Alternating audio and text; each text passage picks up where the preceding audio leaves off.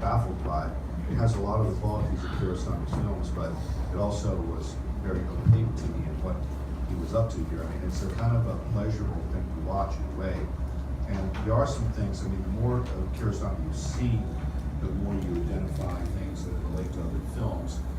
For example, the photography of nature and landscapes and all of that is something that is, he was also a nature photographer, a very well-known one. And he loves observing nature, that's mentioned in here. And he also loves sort of seeing the village life in Iran too. He's made some other films there. There's a kind of anthropological interest there. There's also sort of plugging into what has been a theme in Iranian films since the 30s even, where it's the town versus the country. One thing that when I met him for the first time in 1994, I said one thing that sort of struck me and puzzled me was that it seemed like we were seeing certain elements of life that really could be in the Middle Ages, and we were seeing them from the perspective of people that were like kind of postmodern, urban, sophisticated filmmakers.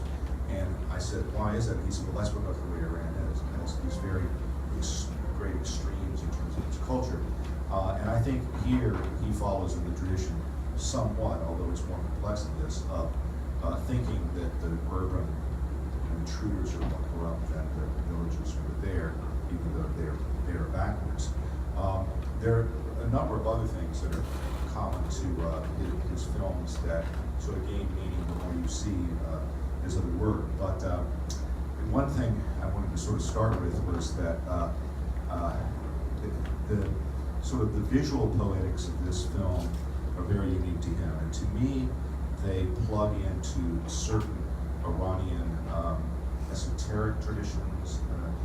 And Kiarostami grew up in a Sufi family, so he was immersed in this kind of literature, which is both philosophical and poetic. And we'll get to the poetic in a minute, but there is, for example, a tradition of stories that come from the Middle Ages that are basically mystical narratives, that are quest narratives, and they actually predate the Arthurian quest narratives and Divine Comedy and Canterbury Tales and stuff, and have been thought to have influenced all of those things. But there is sort of the motif of a journey, and of a protagonist who goes out on a journey. And there is a sort of a spatial element to this where the protagonist often, well, the whole sort of basic concept is that the soul has fallen from God and the soul is immersed in matter, and that's corrupting, and the soul's goal or mission is to get back to God, and that entails a journey. And the journey is often spatialized as going from west to east. West symbolizes matter and corruption. The east symbolizes where the sun comes up, enlightenment. But there's also another interesting element to this, which is the journey starts off going west to east. It starts off laterally. And at a certain point, there's what one writer calls a rupture of the plane. And the plane that is the horizontal plane is ruptured, it becomes a vertical plane.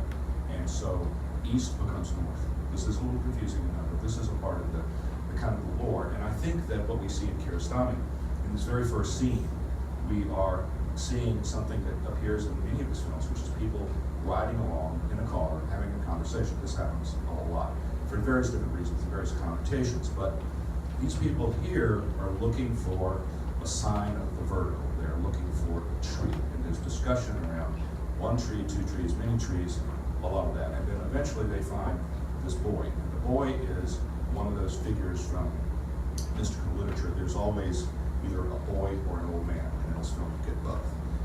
And so the boy becomes their guide and guides them in a vertical way up this thing. There's no sense for them to actually climb this steep hill. That's what he does. But they're searching for the vertical, and then what happens throughout the rest of the film is that this main character, Behzad, we never see his three colleagues at all, as you noticed, is repeatedly forced to go into his car and go to the top of the nearest hill, searching again for the vertical and searching for a connection to Mrs. Godar-Z, whose name obviously plays on God and Godar and Godot at the same time. How layered is that for you? And so there's all of this sort of behind. You know, I think that we could talk a lot about all of these different elements, but also the vertical and the horizontal. The vertical versus the horizontal play throughout this film. You know, one of the great moments that I love is when they reach the place that they're going to stay, and they're on that balcony. The balcony is vertical and horizontal. That is a classic kiarostami composition, orienting you to look to vertical and horizontal. And there are all sorts of little jokes all through this, but there are also very clear indications that meanings are meant not to be unitary. For example, milk. Milk is milk, like you need to drink milk, but milk is also associated with sex all the way through it. And there are lots of little jokes. The woman, you know, I've heard Iranians say that the thing with the woman milking the cow while he's seeing the crone is the most obscene thing they've ever seen. That has all sorts of sexual connotations. But also, you know, I was thinking about this, and there is a hadith of the Prophet saying about Muhammad that he has a dream, and in the dream he's given a bowl of milk, and he's asked what this milk.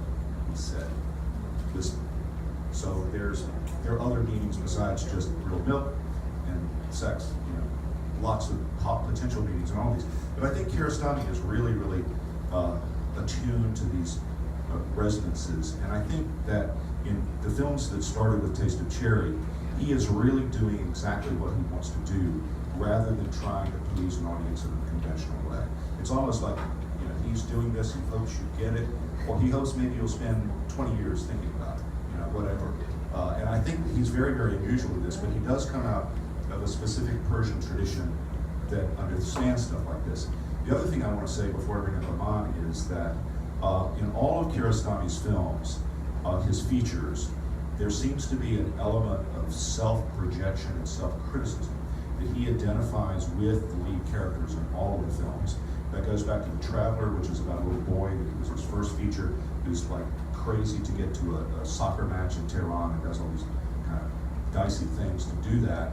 I think Kiarostami identified with that little boy as someone who was just obsessive in his own way and not terribly moral about pushing himself ahead. The second film, The Report, was about a marriage that was breaking down, and when I asked him, is this you know, a critique of a certain middle-class Iranian kind of guy, he said, oh no, it's me, you know.